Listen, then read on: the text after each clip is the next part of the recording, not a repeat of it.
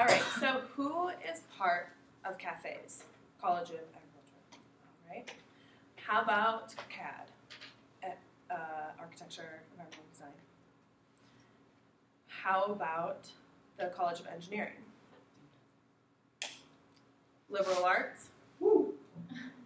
Business? And science and math. All right, so as you can tell, we all have different majors, part of different colleges. We have different dream jobs, different life goals, and different views on many topics. But I am betting that we all have the same feeling towards homelessness. Now I ask, take a look at this picture. You may be thinking, aw, poor dogs, poor cats. I want to take you home. I want to adopt you. Now I ask, take a look at this picture. You may think, I do not want to take a wrong turn and end up on this street. This is the very problem that we have today in our society. David Moxley and Olivia Washington stated in the 2012 article, I Don't Have a Home, that on the surface, homelessness takes its origins from increased urbanization and gaps in the social safety net. The reality of what brings one to the streets and the circumstances that lead to chronic homelessness are indefinitely more complex. I have experienced firsthand the effects of chronic homelessness. In high school, I was fortunate enough to be a part of 2 mission trips. One was in Montana and one was in Kansas. In Montana, I was able to help a family by painting the exterior of their house. And in Kansas, I was able to help a family by building their house. Today, I want to show you guys how you can help change the stereotype that we have about homelessness and how we can help them directly in getting back on their feet. So the first step that we need is to break stereotypes. And the first thing is that how we refer to them. So when I say the word homeless, what are you visualizing? Maybe dirty, baggy clothes, cardboard signs, maybe even uneducated people. This is not always the case.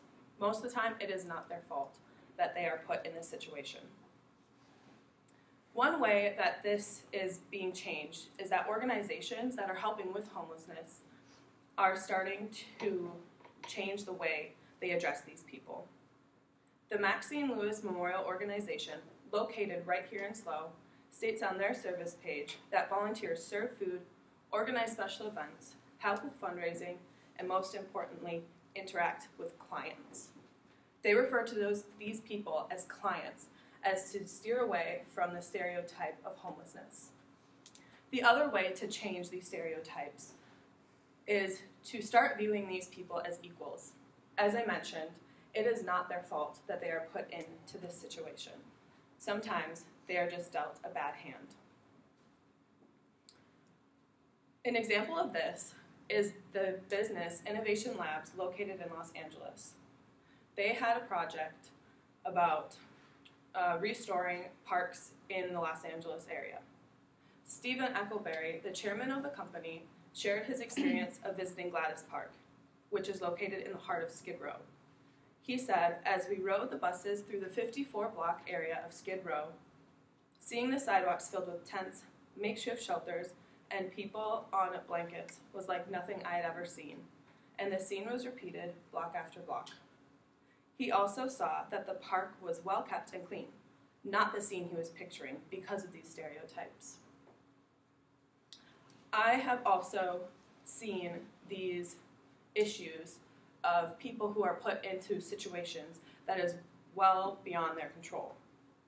In my mission trip in Montana, I got to help this family that was put in this tiny house with their entire extended family. These 3 little girls are all cousins who live in this 3-bedroom house. So these families all across the United States are put into situations that are beyond their control. And the homeless population is growing throughout the United States. But I'm here to tell you that there are things that we can do. The first thing, and maybe the easiest, is to change our vocabulary. We can stop referring to homeless people as hobos or homeless people or other things that often go with them, and start using words that make us view them more as people who are equal to us. The other way, and most commonly, is to volunteer. There are many types of organizations that we can volunteer through: student programs, day centers, shelters, and housing programs. And we are fortunate enough in SLO that we actually have all of these programs. The first one that I mentioned is the student program. So the Center for Service in Action, located at Cal Poly, connects students with many meaningful volunteer opportunities. And it's stated on the Cal Poly page that these opportunities complement educational experience, strengthen understanding of diversity and social responsibility, and develop skills to become ethical and knowledgeable leaders. Volunteering through Cal Poly also gives you the opportunity to put service hours on your resume if you complete 1,000 plus hours within 4 years. The second type of organization are day centers. Here in SLO, we have the Brado Day Center. On their website, they bring attention to the fact that there are thousands that find themselves in a homeless predicament annually in San Luis Obispo County. This day center provides daytime services for over 90 individuals every day, and they are always reaching out for volunteers like you and me to help serve meals and pass out hygiene items. The other type of organization that is most commonly throughout the United States are shelters. So the Max St. Louis Memorial Shelter is always looking for volunteers to help out serve meals and help the homeless by just talking to them and making them feel more like humans and to feel like they are important and needed as well. And the housing programs that are most common throughout the United States are Habitat for Humanity, which I was lucky enough to be a part of. So for Habitat for Humanity, they want you to donate money, time, and other things.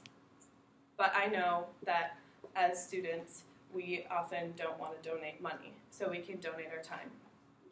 So when I was involved with Habitat for Humanity, I was lucky enough to build a house for a family, and it was really the best experience that I have ever been a part of. So with a little help from each of us, we will see a change. Take a look at this picture of Central Park. This is what our world could look like if we begin to help these homeless people, get them off the streets. We'll see more families together enjoying a day at the park instead of spending a night on the benches. Laura Rogers stated in her 2017 article that by volunteering, we are showing support to those in need. We are helping the homeless help themselves.